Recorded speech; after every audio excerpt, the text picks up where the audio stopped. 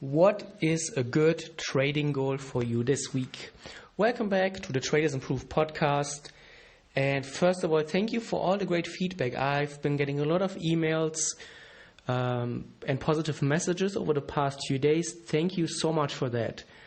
And if you want to submit your own question for one of the next podcasts, you can go to Tracademy.com/podcast, and there's a form where you can just submit your question. You don't even have to put in your name. If you want to ask something that you are maybe a little bit embarrassed about, maybe you think it's too basic, don't worry, just post it there, and I will answer it in one of the next podcasts. And today I got asked about trading goals. What is a good trading goal to have? And first of all, I think you should just abandon the idea of having performance-based goals. Those are very, very, not very helpful, and they can even turn into goals that, into things that harm your performance. Why is that so? So let's assume you have a performance goal of you want to make 5% every month. And what can happen is that either you hit it, maybe you hit it early. What are you going to do? Are you going to stop trading? If you stop trading, then you're probably missing out on a few trading opportunities, and you should not do that. If you hit your performance goal and you keep trading, what's the point of having a goal after all? It's just a number in the sand. Or on the other hand, if you have a performance goal and you come short of it, what are you going to do? Most likely, people start over trading. They take trades they should not be in. Maybe they take positions that are a little bit too big because they want to reach their goal, and then it becomes very, very harmful. So having performance-based goals are not helpful, and you can never control how much you can take out of the market. You can never control how many trades or how many setups there will be. You cannot control how the setup and the trade is going to develop. All you can do as a trader is have a plan and follow the plan and just trade as good as you can. And this brings me to good trading goals. What are good trading goals? First of all, a good trading goal would be to have, I don't want to make any trading errors this week or this month, or at least I want to make as few trading mistakes as possible this week. And trading mistakes can be anything that is related to an entry, for example, where you break your entry rules, you get into late, you get into early, you chase the price, you revenge trade. Those can be entry mistakes. But you can also make exit mistakes. And exit mistakes can be that you enter, or that you exit, rather, too late. When you are maybe a little bit too greedy, the price has already reached your take profit, but you didn't want to exit because you thought, this trade can maybe make more money, but it's not based on your actual trading plan, it's just based on your emotions, and then the price turns around. Maybe you exit too soon, the trade is just on its way, and then you chicken out because you don't want to give back your profits. Those can be exit goals. You can also make management mistakes there. For example, you add to your position in a wrong way, you scale in, you scale out, ineffectively or emotionally based, which is not in your trading plan. You trail your stop loss too close, whatever this might be. So you can see, and this is also the way why we have set up Edgewonk in this way, that you can enter your entry, your exit, and your trade management comments separately, and those are directly linked to your tilt meter, so that the tilt meter shows you exactly, did I make a mistake, yes or no, and where was my mistake, an entry, an exit, or the trade management mistake. So having the trading goal of not wanting to make mistakes, or as few mistakes as possible, will almost guarantee that your trading will improve. Because, if you make less mistakes, the quality of your trading improves, and then hopefully also your performance will show that. There's this nice quote in trading, making money is secondary, or how does it go? The first goal of a trader is to make no mistakes, or to take the best trades possible.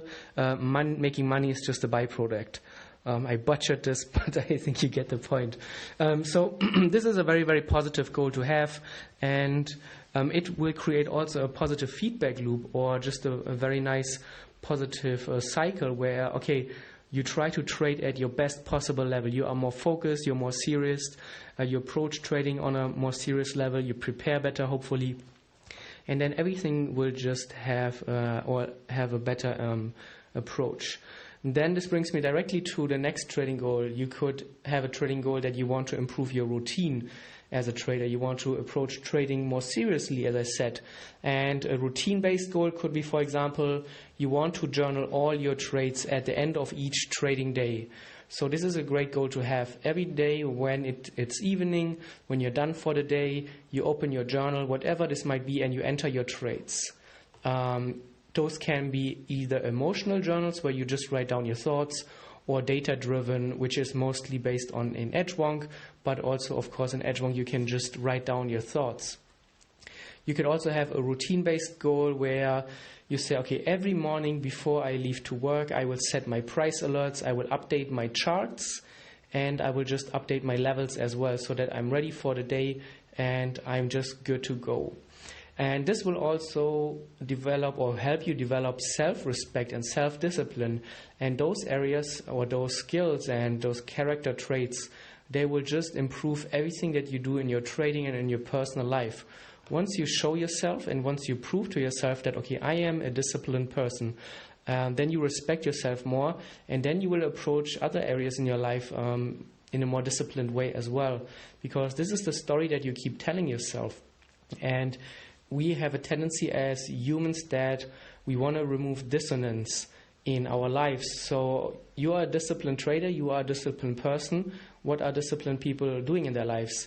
They are on time, they do what they're asked to do, they do what is necessary to do, and maybe they even go the extra mile. And this is then obviously creating or bringing you better to the best version of yourself. So this is a great, great goal to have, for example. Or another goal might be that at the end of a day or whatever in the morning, you set aside 30, 60 minutes to read an inspiring and a motivating book that you've put off for a long time. And reading, I think it was Zig Ziglar or one of those guys, he had this amazing statistic that a person who is reading just 30 or 60 minutes a day is often outgrowing and outperforming other people. It will directly put you at the top 1% of all the people around you. And I often say that whether you read a book or whether you do a course or you book a seminar or you have a teacher, a mentor, it doesn't matter how much money you pay for whatever it is that you think will have a positive impact. All it takes is really just one idea that could possibly transform your life. I have done myself courses, and I have done mentorship, self-development. I've been to seminars, and I always tell myself, I don't need to completely turn my life around right now. All I need is one idea, one thing that maybe sparks and lights a fire up inside of me, one idea that resonates with me that can set off and create momentum in my life, and then it will already be worth it. And books, I think, are a great, great inexpensive way to do that. And while we're at it, book recommendations when it comes to trading, I always say Pitbull Champion Trader from Marty Schwartz, one of my favorite trading books of all times. If you haven't read it, I highly recommend it. The Market Wizard series are also always inspiring to me, at least when it comes to non-trading books. Biographies, I have it in front of me. Total Recall, the biography from Arnold Schwarzenegger. I couldn't care less about bodybuilding, but I have never read a more inspiring biography. Well, maybe one more, which I will come to in a minute. But this is really a highly recommended book. It's a big book, but Arnold Schwarzenegger has done so much more than bodybuilding and being politically involved. This book, I didn't even know how much he has achieved in his life, and the mindset behind that is just incredible. So highly recommend it. Another book which I highly recommend, it's called Shoe Dog. from Phil Knight. He's the founder of Nike, and it is an incredible story. I have recommended it to so many people, and every single one of them has come back to me and said, I completely agree. This book is one of the most amazing biographies. It's written so well. It's just so inspiring. I had it as an audiobook, and I couldn't put it down. It's just amazing. Other books, my all-time favorite, obviously, The Alchemist from Paulo Coelho. I love Hermann Hesse's Siddhartha. One of my first personal self-development or help books, whatever you might want to call it, it's The Monk Who Sold His Ferrari from Robin Sharma. Highly, highly recommended. I recommend everything from Og Mandino, the greatest miracle in the world, the greatest salesman in the world. Just beautifully written. Okay, more than enough book recommendations, I think. And let's bring it back to trading goals. So whatever you choose, a mistake, or which is then a process-driven trading goal, not making mistakes, or just making the least amount of mistakes you can, having a routine-based approach, or just feeding your minds with something positive every day. Those are great trading goals, and I'm pretty sure that will transform not only your trading, but they will create so much positive momentum in your life that you will just find energy inside of you that will help you make very, very big steps towards your goals. And another thing, what really helps when you set your goals is that, for example, especially when it's routine-based or reading, you set a specific time each day when you're going to do it. So for me personally, for example, I set aside 30 minutes of reading every morning. Before I turn on my computer, I set aside 30 minutes every day reading before, or rather after lunch, when I'm a little bit tired from a morning break, from my morning work, and I just had lunch and I just want to relax. And 30 minutes a night I set aside for journaling, and just self-development, personal development work. And having a specific time just helps you to become more clear. You're less likely to come up with excuses. Also, once you know exactly, okay, every day at 6:30 I will sit down and journal all my trades.